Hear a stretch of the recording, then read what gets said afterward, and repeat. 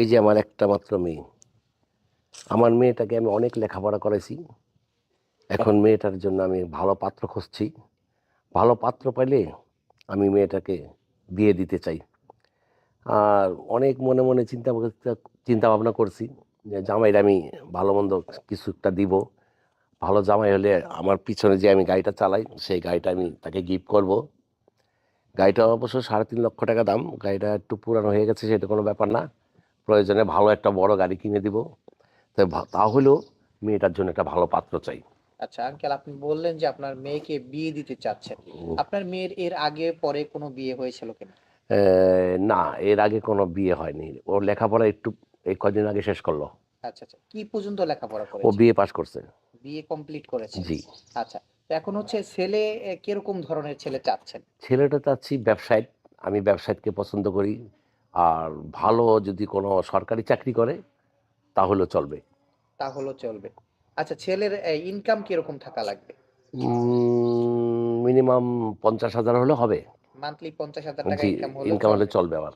আচ্ছা, যদি কোনো বেকার ছেলে, আমাদের বাংলাদেশে তো বেকারত্ব সমস্যাটা বেশি।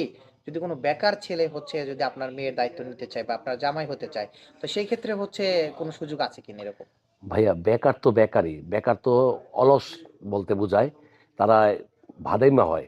ভাদাইম্মাদের কাছে আমার মতন একজন প্রতাপশালী ব্যক্তি আমার মেয়েটাকে উঠাই দিব, এটা আমার দ্বারা সম্ভব হবে না। আমার বংশমর্যাদা আছে। আচ্ছা, তো আপনার বংশমর্যাদা যেহেতু কথা বললেন, আমি আরেকটা জিনিস বলতে চাই যে আপনি হচ্ছে এই যে আপনার মেয়েকে বিয়ে দেওয়ার জন্য আপনার মানে ফ্যামিলি থেকে বা আপনার বংশের ভিতরে দেওয়ার চেষ্টা করেছিলেন কিনা?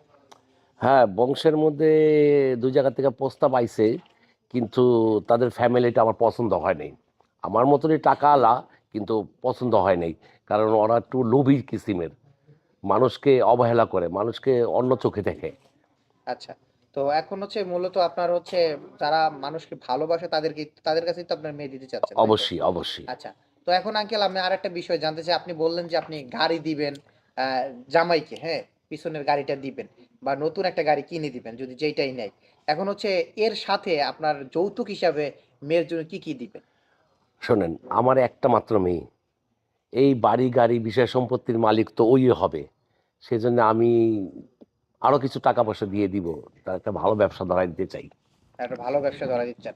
আচ্ছা, আমরা একটু আপুর সাথে কথা বলবো। আচ্ছা আপু, এই যে আপনার আব্বু যে আপনাকে বিয়ে দিতে চাচ্ছে, এখানে কি আপনার কোনো দ্বিমত আছে কিনা?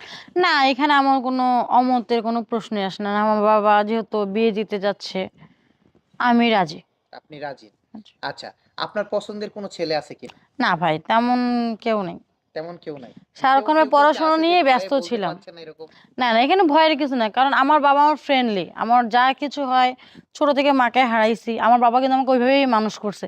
আমার বাবার সাথে সবসময় আমি ফ্রি মাইন্ডেই চলি। কেউ কোনো কথা বললে বা রাস্তাঘাটে কোনো ছেলে কোনো কিছু করলে আমি ডিরেক্ট আমি বাবাকে এসে বলি, "এই কথাটা বলব না, এটা কোনো কথা?" আচ্ছা।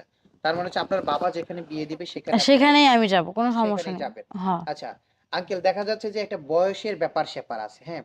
দেখা যাচ্ছে যে অনেক ছেলে আছে যে ৩০ বছর হয়ে গেছে, বিয়ে করে নাই বা ৩২ বছর হয়ে গেছে, এরকম অনেক আছে। তো তারাও যদি মনে করেন যে আপনার এই মেয়ের দায়িত্ব নিতে চায় তাহলে কি হবে কিনা?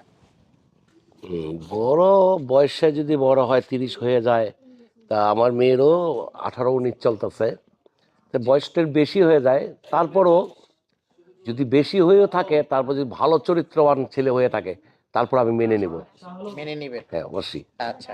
এখন হচ্ছে দেখা যাচ্ছে যে আমাদের ভিডিওগুলো শুধু বাংলাদেশে সীমাবদ্ধ থাকে না, বহির্বিশ্বে অনেক জায়গায় সীমাবদ্ধ থাকে। এখন হচ্ছে যদি বাইরের কোনো প্রবাসী ভাই বা প্রবাসী ছেলে যদি আপনার মেয়ের দায়িত্ব নিতে চায় বা আমরা প্রবাসী, আমরা তো ব্যবসায়ীরা, আমরা কাজ করে বাইরের মাটিতে রেমিটেন্স অর্জন করি। তো আমরা কি কোনো সুযোগ পাবো কিনা? বাইরে যে ছেলেরা থাকে তারা তো সারা জীবনে বাইরে বাইরে কাটায় গেছে। তারা তো স্ত্রীর উম মন বুঝবে না, আবার স্ত্রীকে রেখে গিয়া আবার ওই দেশে বিয়ে শাদী করে, ওটা আমার ভালো লাগে না। ওই বাইরের ছেলের সাথে আমি বিয়ে দিব না। আমার বাংলাদেশের ছেলের সাথে যারা ব্যবসা করবে, ভালো সৎ ছেলে, আমি তাদের কাছেই দিব। তাদের কাছে আপনার মেয়েকে তুলে দিবেন। অবশ্যই, অবশ্যই। আচ্ছা, আঙ্কেল আপনার সাথে যোগাযোগ করার ব্যবস্থাটা কি একটু যদি হ্যাঁ, বলেন? আমাদের সাথে যোগাযোগ করার ব্যবস্থা তো আমি আগে একবার অনলাইনে দিয়ে দিছিলাম। তারপরে এখনও সব কিছুতে জায়গায় দেওয়া আছে। তারপর আমি মনে ফেসবুক আইডিতে আমি ইনশাল্লাহ। আচ্ছা। তো তো মানে আপনার নাম্বার তো আমাদের কাছে আছে, আপনি যেহেতু ডাকছেন আপনার ফোন নাম্বার আছে, আপনার যদি কেউ আপনার মেয়ের দায়িত্ব নিতে চায় জেনে শুনে, আমরা কি তার কাছে নাম্বারটা দিয়ে দিব? অবশ্যই দিয়ে দিবেন, কোনো সমস্যা নেই আমার। আচ্ছা কিন্তু তো সৎ হতে হবে, ভালো ছেলে হতে হবে।